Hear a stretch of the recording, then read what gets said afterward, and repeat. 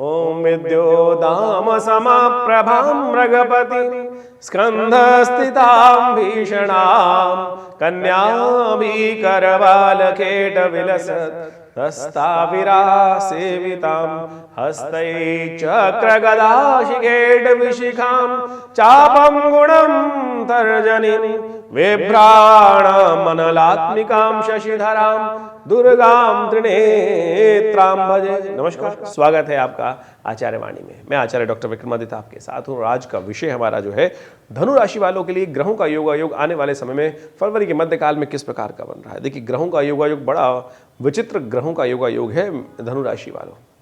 देखिए, आपकी राशि के स्वामी बृहस्पति हैं और इन दिनों बृहस्पति जो है मेष राशि में चल रहे हैं और शनि से लगातार दृष्ट चल रहे हैं। बृहस्पति चाहकर भी जितना शुभ प्रभाव करना चाहते हैं वो कर नहीं पा रहे हैं। आपके पंचम भाव, विद्या, बुद्धि, संतान, सब के स्वामी वहाँ बनकर बैठे हुए हैं। सबके आधिपत्य वहाँ स्थापित कर रखा है उन्होंने। ऐसे में मंगल ने भी शुभ योग बना दिया है, क्योंकि मंगल पिछली बार हमने बताया था वो कई पिछली वीडियो में। लेकिन शनि महाराज लगातार दृष्टि डाल रहे हैं। अब वो समय आ रहा है कि शनि 1 महीने के लिए करीब करीब अस्त होने जा रहे हैं। ये शनि का अस्त होना बड़ा महत्वपूर्ण है आपके लिए। जी हाँ, बृहस्पति ऐसे में बड़ी सुंदर तरीके से कार्य करने के लिए तैयार होंगे, तो आपको बड़े सुंदर तरीके से इस समय को यूटिलाइज करने का प्रयास करना चाहिए। लेकिन फरवरी के मध्यकाल में कई ग्रह परिवर्तन की तरफ जा रहे हैं। बुध अस्त होने जा रहे हैं, शुक्र राशि परिवर्तन करने जा रहे हैं और फिर शनि अस्त होने जा रहे हैं। इसके साथ साथ सूर्य भी राशि परिवर्तित कर विशेष तौर पे आपके द्वितीय भाव से निकलकर तृतीय भाव में जाने वाले हैं और विशेष तौर पर उसके बाद स्वयं बुध भी राशि परिवर्तन करने वाले हैं। ये सब परिवर्तन बड़े महत्वपूर्ण हैं, छोटे मोटे नहीं, बड़े बड़े परिवर्तन हैं। इनको असली रूप में समझ लेना चाहिए। हर परिवर्तन का प्रभाव होता है और यहाँ तो महत्वपूर्ण बड़े बड़े परिवर्तन होने जा रहे हैं। ऐसे में सूर्य शनि की युति जो है वो कई प्रकार से यदि पूरे विश्व के दृष्टिकोण से देखा जाए तो कहा जाता है कि कहीं ना कहीं बृहस्पति में दृष्टि डाल रहे हैं शनि महाराज और शनि अस्त हो जाएंगे और फिर सूर्य के साथ आने के कारण से ये कहीं ना कहीं राजनेताओं के दृष्टिकोण से कहीं कष्ट दे सकते हैं। तो ऐसे में कहीं ना कहीं कष्ट होने के योग बन सकते हैं। पश्चिम में कहीं विशेष तौर पर भूकंप इत्यादि के योग बन सकते हैं। प्राकृतिक आपदाओं के, तूफान के, बर्फबारी, अन्य बहुत सारी कृषि के लिए ग्रह योग ठीक नहीं है। तो ऐसे में विशेष तौर पर भारत प्रधान कृषि प्रधान देश है, तो आने वाले समय में कृषि की समस्या इस देश में फिर, क्योंकि ग्रहों का योगायोग जिस प्रकार का बन रहा है तो थोड़ा सा ध्यान रखते हुए सरकार को भी कार्य करने का प्रयास करना चाहिए। खैर, आपके दृष्टिकोण से ग्रहों का योगायोग कैसा रहेगा वो हम आपको बताने का प्रयास करते हैं। 10 फरवरी के लिए हम बात करें तो बड़ा सुंदर दिवस आरंभ हो रहा है। उस दिन प्रतिपदा है, माघ मास के शुक्ल पक्ष की शनिवार का अवसर है। कुंभ राशि में चंद्रमा का सुंदर योग बन रहा है। आपके तृतीय भाव में बैठकर शनि के साथ चंद्रमा का सुंदर योग बनेगा सुबह 10:02 पर। गुप्त नवरात्रि का आरंभ होगा और साथ साथ सुबह 7:18 पर बुध अस्त हो जाएंगे। और बुध आपके राज्य के स्वामी हैं, बुध आपके विशेष तौर पे सप्तम भाव के स्वामी हैं। तो ऐसे में बुध का अस्त होना आपके बहुत सारी चीज़ों पे इफेक्ट डाल सकता है। चीज़ों को ऑर्गेनाइज करने में, संभालने में थोड़ी दिक्कत आने के योग बन सकते हैं। तो आपको बुध का उपाय लगातार करने का प्रयास करना चाहिए। कन्या पूजन विशेष तौर पे करें। गुप्त नवरात्रि आरंभ हो रही है तो इससे सुंदर दिवस क्या होगा, माँ भगवती दुर्गा की पूजन करना भी बुध ग्रह को प्रशस्त करना पड़ेगा। और हमने विवेकानंद योगाश्रम में बड़ा सुंदर यज्ञ इन 9 दिनों में रखा है, सहस्त्र चंडी महायज्ञ।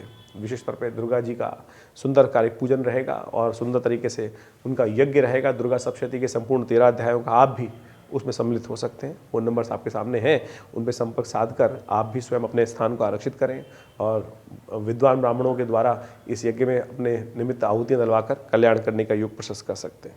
11 फरवरी को विशेष तौर पर द्वितीय तिथि है, रविवार का अवसर है और साथ साथ उस दिन शुक्र का प्रवेश हो रहा है मकर राशि में। लग्न से निकलकर शुक्र आपके द्वितीय भाव में जाने वाले हैं और ये बहुत बढ़िया आपके लिए ग्रह योग बनाने वाले हैं। और साथ साथ शनि महाराज भी इस दिन अस्त होने जा रहे हैं। शनि इस वक्त आपकी राशि के पराक्रम भाव में चल रहे हैं। तो एक तो दिक्कत ये कर सकते हैं कि शनि महाराज थोड़े पराक्रम में, हिम्मत में कमी आ सकती है आपकी।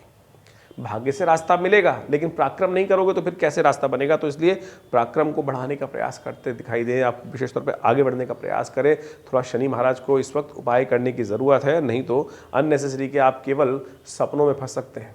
जहाँ पहले कर्म करने में देर लगा रहे थे, अब पराक्रम में विशेष तौर पे शनि महाराज के अस्त होकर जब बैठ जाएंगे तो ऐसा होगा कि शायद कर्म करने में धनु राशि वालों को सिर्फ कॉन्सेप्चुअल बात रह जाएंगी, होना चाहिए, ऐसा होना चाहिए, ऐसा होना चाहिए। कर्म करने में दिक्कत आएगी। तो आपको अपने आप को कर्म करने के लिए प्रोवोक करना पड़ेगा।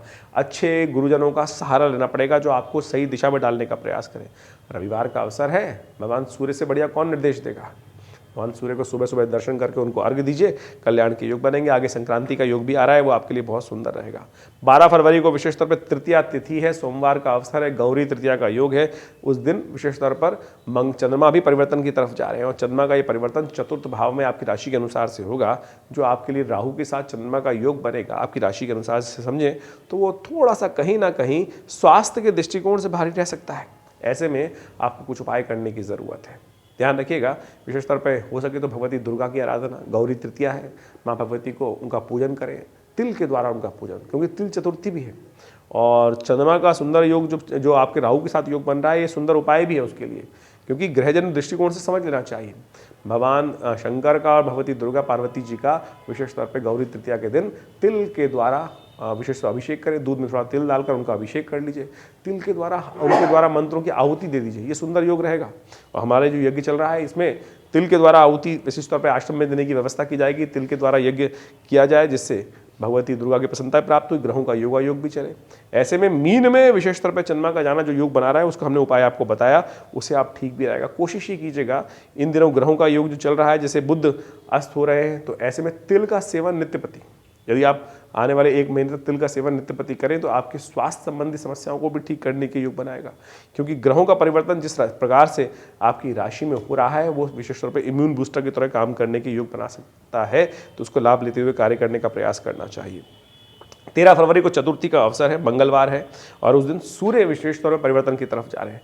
सूर्य पराक्रम भाव में चले जाएंगे, शनि की राशि में, पिता के विशेष तौर पर जो पिता है पुत्र की राशि में चले जाएंगे। ये द्वंद्वात्मक स्थिति उत्पन्न कर सकता है कहीं ना कहीं। शनि के घर में जाकर यदि सूर्य स्थित हो जाते हैं और विशेष तौर पर कुंभ राशि में, और उसके बाद दृष्टि जिस प्रकार की पड़ती है शनि की, एक साथ युति भी है उन सब की, तो ये कहीं ना कहीं द्वंद्वात्मक स्थिति उत्पन्न करते हैं। और ये द्वंद्वात्मक स्थिति कहीं ना कहीं क्लैश करने के योग भी बना सकती है। पूरे विश्व में आने वाले समय में 1-1.5 महीने में बहुत सारे युद्ध चल रहे हैं, ये थोड़ा सा कहीं कष्ट देने के योग बना सकते हैं। ध्यान रखते हुए अपने हमारे मनोमस्तिष्क को भी हमको शांत करने, कॉन्सेप्चुअल डिफरेंसेस परिवार में उत्पन्न करने के योग दे सकते हैं, तो ध्यान रखते हुए कार्य करें। थोड़ा चावल का दान करें, काली उड़द का दान करें, साबुत काला उड़द और खिचड़ी बना के दान करने का प्रयास करें, ये इनका सुंदर उपाय रहेगा। एक काम और कर सकते हैं, इस दिन विशेष तौर पर अंगारक चतुर्थी का योग बन रहा है। चंद्रमा और जो मंगल और विशेष तौर पर जो चतुर्थी का योग बना है अंगारक चतुर्थी, हनुमान जी का सुंदर तरीके से पूजन करें। एक बात का और ध्यान रखिएगा, 13, 14, 15 को गंडमूल नक्षत्र विद्यमान रहेगा, तो ऐसे में गंडमूल शांति अवश्य करानी चाहिए जिनके घर में कोई जातक नया जन्म ले रहा है, अन्यथा ये बहुत कष्ट का योग बनता है। हमने इसको प्रत्यक्ष देखा है, कई बार आपको समझाया भी है, तो आशा करते हैं इन सब चीज़ों को समझते हुए आप उनका उपाय करने का प्रयास करें। रेवती और अश्विनी नक्षत्र का योग इन 2-3 दिनों में रहेगा, तो ऐसे में विशेष तौर पर मूल शांति अवश्य नए जातकों को कराने का प्रयास करना चाहिए। मूल शांति के 27,000 मंत्र जप करके विशेष तौर पर 27 दिन तक फिर उन्हीं मंत्रों से अभिमंत्रित जल का विशेष तौर पर स्नान करके आप इस मूल शांति को सुंदर तरीके से लाभ लेते हुए कार्य कर सकते हैं। भद्रा विद्यमान है, ध्यान रखिएगा, दिन में नया कार्य करना अशुभ रहेगा, अच्छा नहीं रहेगा, कष्ट देने वाला रहेगा। 14 फरवरी को विशेष तौर पर समझे तिथियों का योग जो है, 14 फरवरी को पंचमी योग बन रहा है, और ये पंचमी बेहद खास है। ये बुधवार के दिन बसंत पंचमी का योग सुंदर योग बन रहा है। ये संपूर्ण रूप से कष्टों को निवारण करने वाला है। बसंत पंचमी, श्री पंचमी और कई प्रकार के सुंदर योग का निर्माण हो रहा है। तो ऐसे में ग्रह योग आपकी राशि के अनुसार यदि हम बात करें तो विशेष तौर पे बड़े सुंदर बन रहे हैं। चंद्रमा के साथ बृहस्पति का योग जो है ये लाभ के मार्ग प्रशस्त करेगा। शनि अस्त हो चुके हैं, बृहस्पति महाराज पूरी तरह से आपको लाभ देने के योग बनाएंगे। ऐसे में इसको और ठीक करने के लिए क्या कर सकते हैं, पीले चावलों को, मीठे चावलों को भोग लगाएं, हलवा, केसर युक्त हलवे का भोग लगाएं, पीले पुष्प भगवती को अर्पित करें मंदिर में जाकर। और साथ साथ गुप्त नवरात्रि का अवसर चल रहा है, ऐसे में बुद्धि का साथ पूरी तरह से मिल जाए तो कुछ ही दिनों में वारे न्यारे हो सकते हैं। तो कोशिश करें महा सरस्वती जी की आराधना, या देवी सर्वभूतेषु बुद्धि रूपेण संस्था, नमस्तस्यै नमस्तस्यै नमस्तस्यै नमो नमः। और ऐसे में विवेकानंद योगाश्रम में गुप्त नवरात्रि का सुंदर यज्ञ चल रहा है। आप यदि सही अवसर पाकर वहाँ भी यज्ञ में सम्मिलित हो जाएं, कुछ उस यज्ञ में आहुति दे दें, तो बहुत सुंदर तरीके से गुप्त नवरात्रि का लाभ भी आपको प्राप्त हो जाएगा। या घर में सुंदर तरीके से अपने स्थान में जहाँ पर है वहाँ भी आप सुंदर तरीके से घर में यज्ञ करने का प्रयास कीजिए। दुर्गा सप्तशती का पाठ करने का प्रयास कीजिए। गुप्त नवरात्रि है, गुप्त मनोकामनाओं की पूर्ति के लिए अद्भुत योग बनते हैं। 15 फरवरी को षष्ठी का दिवस है, खासतौर पर बृहस्पतिवार का अवसर। ग्रहों का योगायोग बड़ा अनुकूल है आपके लिए, बुद्धि से बहुत सुंदर रास्ते प्राप्त हो सकते हैं। तो ऐसे में गुरुजन की सेवा करके, ब्राह्मणों की सेवा करके, माँ भगवती का आशीर्वाद लेकर कार्य करेंगे तो बहुत सुंदर योग बनेगा। 16 फरवरी के दिन विशेष तौर पर सप्तमी का अवसर, शुक्रवार का योग, और उस दिन सूर्य जयंती है। सूर्य अभी परिवर्तित होकर चुके हैं। सूर्य जयंती का मतलब होता है सूर्य का जन्म दिवस। कहा जाता है अनादिकाल से में शास्त्रों के अनुसार से भगवान सूर्य ने उस दिन से अपना प्रकाश देना आरंभ किया था। तो भगवान सूर्य को अर्घ्य दीजिए सुंदर तरीके से।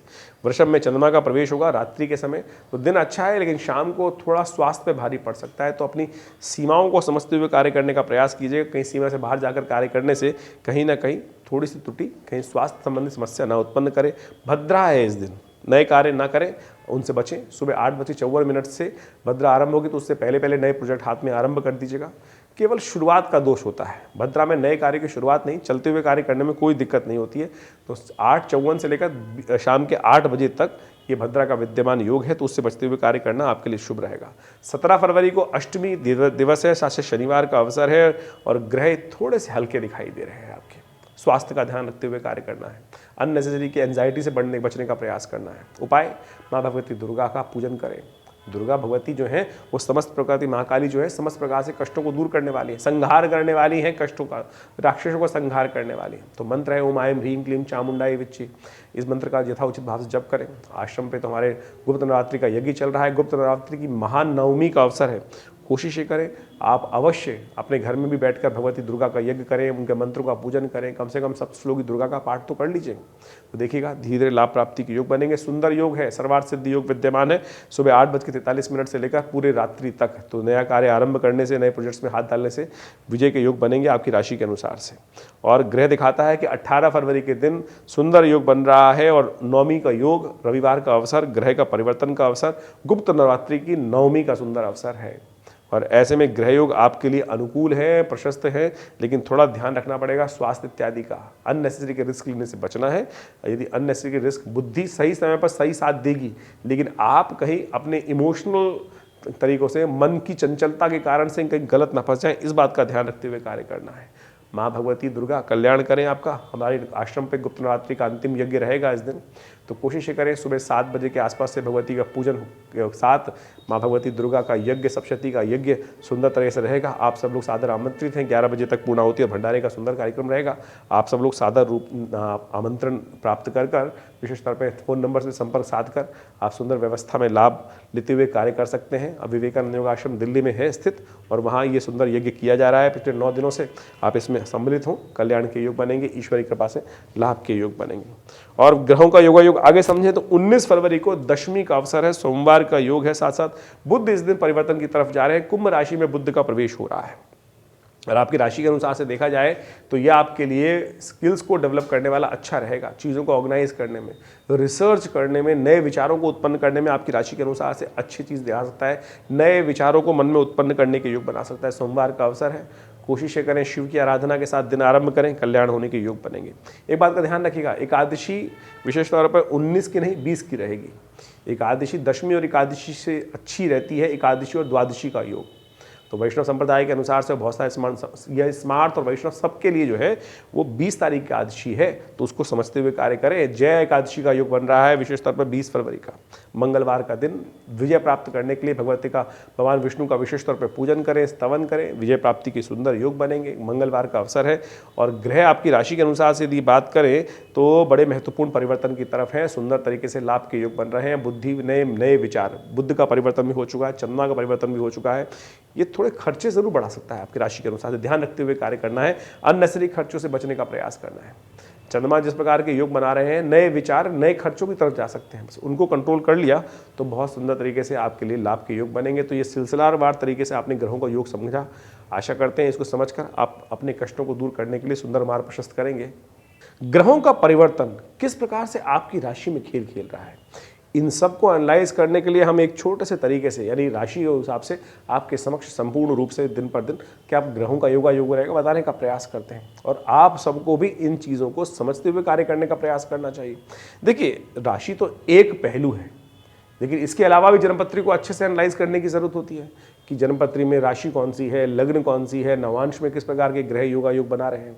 उन सब चीज़ों को यदि सही समझ लिया जाए तो बहुत सुंदर तरीके से आप अपने जीवन में किस प्रकार से समय आपको कहाँ ले जा रहा है वो अच्छे समझ सकते हैं। फिर भी बहुत सारे लोग इस बात पर भ्रांति में रहते हैं कि राशि तो जर्नल है। जी हाँ, राशि तो जर्नल है, लेकिन फिर भी उसी 12 राशियों में तो पूरा संसार विभाजित है और उन 12 कैटेगरीज में हम बहुत सारी चीज़ों को एनालाइज कर सकते हैं ओवरऑल बड़े ब्रॉडर वे में। माइन्यूट सटल तो जितना ज़्यादा देखने का प्रयास करेंगे वो उतना ज़्यादा गहरे उतरेंगे तो उतना लाभ तो होगा ही होगा, वो तो एक डेफिनेट बात है। लेकिन सार्वभौमिक रूप से राशि भी बहुत काम करती है। यदि कोई समस्या लगातार चल रही है चिंता ना करें, उसके लिए वृहद रूप से ज्योतिष विज्ञान का सहारा लेते हुए कार्य करने का आप प्रयास कर सकते हैं। सुंदर तरीके से हम समय समय पर बहुत सारी गणनाएं आपकी राशि के अनुसार से बताते ही हैं, लेकिन यदि गहन चिंतन कर कर यदि बहुत सुंदर तरीके से जीवन की कोई समस्या है उसका निदान निकल ही नहीं रहा है तो देव कृपा से, भगवान की उपासना से उन सब चीज़ों को रास्ता निकल जाता है। हमने वृहद रूप से देखा है। यदि समय बहुत बुरी तरह से परेशान कर रहा है, मुकदमे शांति नहीं हो रहे हैं, तो हमने देखा कि ऐसे में माँ भगवती दुर्गा की आराधना के लिए दुर्गा जी की विभिन्न मंत्रों का अनुष्ठान यदि किया जाए उससे परिवर्तन के योग बनते हैं। बगलामुखी जी का अनुष्ठान, महाकाली जी के अनुष्ठान बिल्कुल अप्रत्यक्ष रूप से लाभ देते हैं। बहुत सारे लोग मन में भ्रांति होती है शायद अनुष्ठान पूजा पाठ जो है अरे बिल्कुल परिवर्तन करने का योग बनाते हैं। उपाय है ना, रेमेडियल एस्पेक्ट तो यही है। और मंत्र से वातावरण बनता है और उस वातावरण के द्वारा नेगेटिव चीज़ जो है पॉजिटिव में परिवर्तित होने के सुंदर संकल्प के साथ रास्ता बनता है। तो शास्त्रों में जो विधान बताए गए हैं बड़े बड़े अनुष्ठानों के वो बिल्कुल सत्य है। और हमारे आश्रम पे तो पिछले कितने सालों से नित्य 8 घंटे करीब यज्ञ होता है और हमने उन सब विधानों को समझा करा। जब शत्रु लगातार परेशान कर रहा हो, रास्ता नहीं बन रहा हो, तो उन प्रयोगों को कर कर, चाहे वो महाकाली के प्रयोग हैं, बगलामुखी जी के प्रयोग हैं, अद्भुत रूप से कष्टों को दूर करने के योग बनाते हैं। देखिए, देर है अंधेर नहीं है, ये सत्य मान लीजिए। शास्त्र के अंदर इस बात को प्रमाणित किया गया है। जीवन में कष्ट किसके नहीं आए? कृष्ण भगवान के, राम के, संपूर्ण रूप से साक्षात शंभु के जीवन में भी कष्ट आए, भगवान विष्णु के जीवन में भी कष्ट आए। यदि उनकी कथाओं को समझे तो कष्ट आना एक वास्तविक तौर पे संसार का क्रम है, आए। लेकिन आप पुरुषार्थ के साथ, बुद्धि के साथ साथ माँ भगवती की कृपा से, संसार में पराशक्तियों की कृपा से उन कष्टों को भगा दे, वो आपके कर्म पर निर्भर करता है। विडंबनाएं बहुत हैं, बहुत सारे लोग विडंबनाएं डाल सकते हैं मन में कि नहीं नहीं कुछ नहीं होता है, ये नहीं होता। सब कुछ होता है संसार में, कुछ भी संसार में असत्य नहीं है। कर्म प्रधान विश्व रचना का। तो इसलिए आप सैद्धांतिक तौर पे इन समस्त रहस्यों को समझते हुए कार्य करने का प्रयास करें। हमारा ये विवेकानंद योगाश्रम सदगुरु आचार्य श्री केशव देव जी महाराज के सानिध्य में जो हमने कार्य किए हैं और बहुत सारे विभिन्न शोध कार्य किए हैं। आश्रम पर नित्य 8 घंटे यज्ञ चलता है। बहुत सारी पुस्तकों की रचना, ग्रंथों की रचना आश्रम के द्वारा, हम सबके द्वारा की गई है। आप सब आश्रम में आए। हर रविवार को एक बहुत विशाल यज्ञ, वैसे तो नित्यपति यज्ञ होता ही है, लेकिन रविवार को एक सामूहिक कार्यक्रम हम आश्रम पे करते हैं जो करीब करीब सुबह 7:30-8 बजे से आरंभ होता है और भंडारे के साथ 11 बजे तक चलता है। उसमें यज्ञ, संकीर्तन, उपदेश, रामायण का स्वाध्याय, जो पिछले करीब स्वाध्याय तो करीब 8-10 साल से चल ही रहा है और बहुत सुंदर तरीके से रामचरितमानस का एक जनमानस के लिए किस प्रकार से उसको हमें जीवन में उतारना चाहिए उसका भी सुंदर कार्य किया जा रहा है। आप आइए विवेकानंद योगाश्रम में। बहुत सुंदर गौशाला का सुंदर हमने की व्यवस्था करी है, भंडारे के सुंदर कार्यक्रम रहते हैं और बहुत सारे कार्य। विवेकानंद हॉस्पिटल बनाया गया है, योग, प्राकृतिक चिकित्सा, आयुर्वेद के संबंध में अद्भुत चिकित्साएं पूरे विश्व को दी जा रही हैं। भारत सरकार के पैनल पे है हॉस्पिटल, दिल्ली गवर्नमेंट के पैनल पे है और बहुत सारे लोग अपनी विभिन्न बीमारियों के लिए भी इस हमारे संस्थान का लाभ ले रहे हैं। चाहे वो कमर दर्द है, चाहे वो हृदय रोग है, चाहे वो लाइफस्टाइल डिसऑर्डर डिसीज़ हैं, डायबिटीज़ हैं, और योग इत्यादि के द्वारा, प्राकृतिक चिकित्सा, आयुर्वेद के द्वारा वास्तविक तौर पर लाभ होता है और हम सब उस क्षेत्र में कार्य कर रहे हैं। संपूर्ण जानकारी के लिए आप विवेकानंद योगाश्रम की जो फ़ोन नंबर्स हैं उन पर संपर्क साध सकते हैं और यदि जन्मपत्री के संबंध में कोई विचार विमर्श करना है तो बिल्कुल उसके लिए भी संपूर्ण व्यवस्थाएं विवेकानंद योगाश्रम में दी गई हैं। आप फ़ोन नंबर्स पे फ़ोन करके संपर्क साध सकते हैं और हमसे मिल सकते हैं। धन्यवाद, नमस्कार।